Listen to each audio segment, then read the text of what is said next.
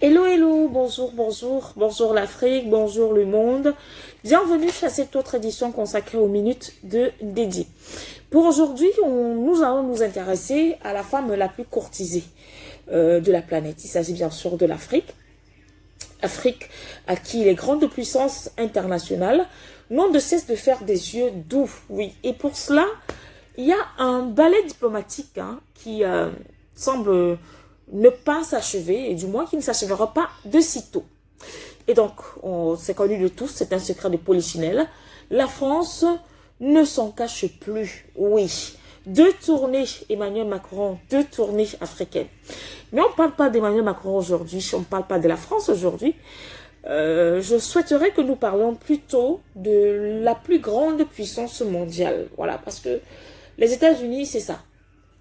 Les États-Unis se disent être la plus grande puissance mondiale.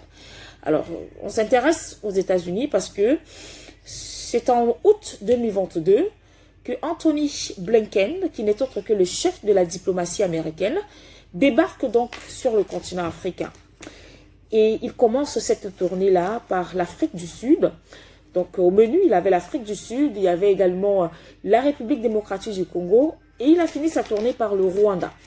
Objectif de cette tournée, contrer l'influence russe grandissante sur le continent. 2023, Jill Biden, oui, l'épouse de l'autre, l'épouse de Joe Biden, débarque donc sur le continent. Là, nous sommes au mois de février 2023. Elle a une trajectoire Namibie et Kenya, 2 pays. Mais ce qu'il faut dire, c'est que c'était le 6e voyage de Jill Biden sur le continent africain, mais le tout premier en tant que première dame des États-Unis d'Amérique. Au Kenya, le Kenya, c'est, j'ai envie de dire, c'est son pays le plus prisé sur le continent, parce qu'elle y a déjà effectué, je crois, 3 voyages de ce côté-là. Mais pour la Namibie, c'était le tout premier voyage de Jill Biden. Sauf que, dans ce voyage, elle s'est dit préoccupée par la sécheresse qui se vit justement dans la corne de l'Afrique. C'est amusant, n'est-ce pas? La première dame des États-Unis qui se dit préoccupée par la sécheresse qui se vit dans la corne de l'Afrique. Bon, passons. Et donc, nous sommes toujours en 2023, au mois de mars plus précisément. Anthony Blinken revient sur le continent africain. Et donc, depuis hier, 15 mars, il a entamé une autre tournée africaine. Cette fois-ci, qu'il a conduit en Éthiopie et il va l'achever du côté du Niger. Alors, en Éthiopie, il a eu à rencontrer des officiels éthiopiens, mais aussi et surtout le Premier ministre Abiy Ahmed, à qui, voilà, je passe le bonjour.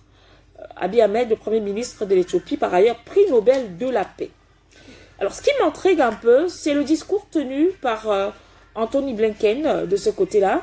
Il dit vouloir aider à consolider le fragile accord de paix qui existe actuellement entre le gouvernement éthiopien et les rebelles du TPLF. C'est intriguant, ça fait rire même à la limite. Parce qu'on se rappelle que lorsque le conflit entre le gouvernement et le Tigré était à son top, c'est Abiy Ahmed qui était sur le banc des accusés tous les jours. Des communiqués de sanctions à n'en plus finir. On l'a traité de tous les noms. Les États-Unis l'ont traité de tous les noms, lui imputant tous les torts de ce conflit. Et c'était à dire tout simplement que de l'autre côté, la guerre se faisait juste d'un côté. C'est-à-dire l'agresseur, c'était le gouvernement et les agressés, c'était les rebelles du TPLF. Jusqu'à ce que, un jour, un des chefs rebelles a fait une sortie à un média parce qu'il s'est rendu compte que toutes les promesses qui ont été faites par les États-Unis n'avaient pas été tenues. Et il a vu qu'il y avait des déplacés, des décès des 2 côtés, tant du côté du gouvernement que du côté des rebelles. Il a fait cette sortie où il a cité nommément les États-Unis comme étant l'un de leurs soutiens dans ce conflit. Dieu merci, grâce à la témérité d'Abiy Ahmed et bien évidemment au patriotisme des Éthiopiens, aujourd'hui, il y a une petite accalmie dans le pays. Et c'est là où Anthony Blinken vient dire qu'il veut aider à consolider le fragile accord de paix entre le gouvernement et les rebelles du TPLF. Et c'est pas tout, parce que le turbo ne s'arrête pas à Anthony Blinken, car cette fin de mois, entre le 31 mars et le 1er avril, c'est Kamala Harris qui déposera ses valises en Afrique, cette fois-ci pour le Ghana, la Tanzanie et la Zambie. Et nous n'oublions pas qu'il y a également Janet Yellen aussi qui était en Afrique. Elle, c'était au Sénégal, en Afrique du Sud et bien évidemment en Zambie. Alors, l'objectif principal, de façon officielle, de ces autorités américaines serait de renforcer les partenariats des États-Unis dans toute l'Afrique.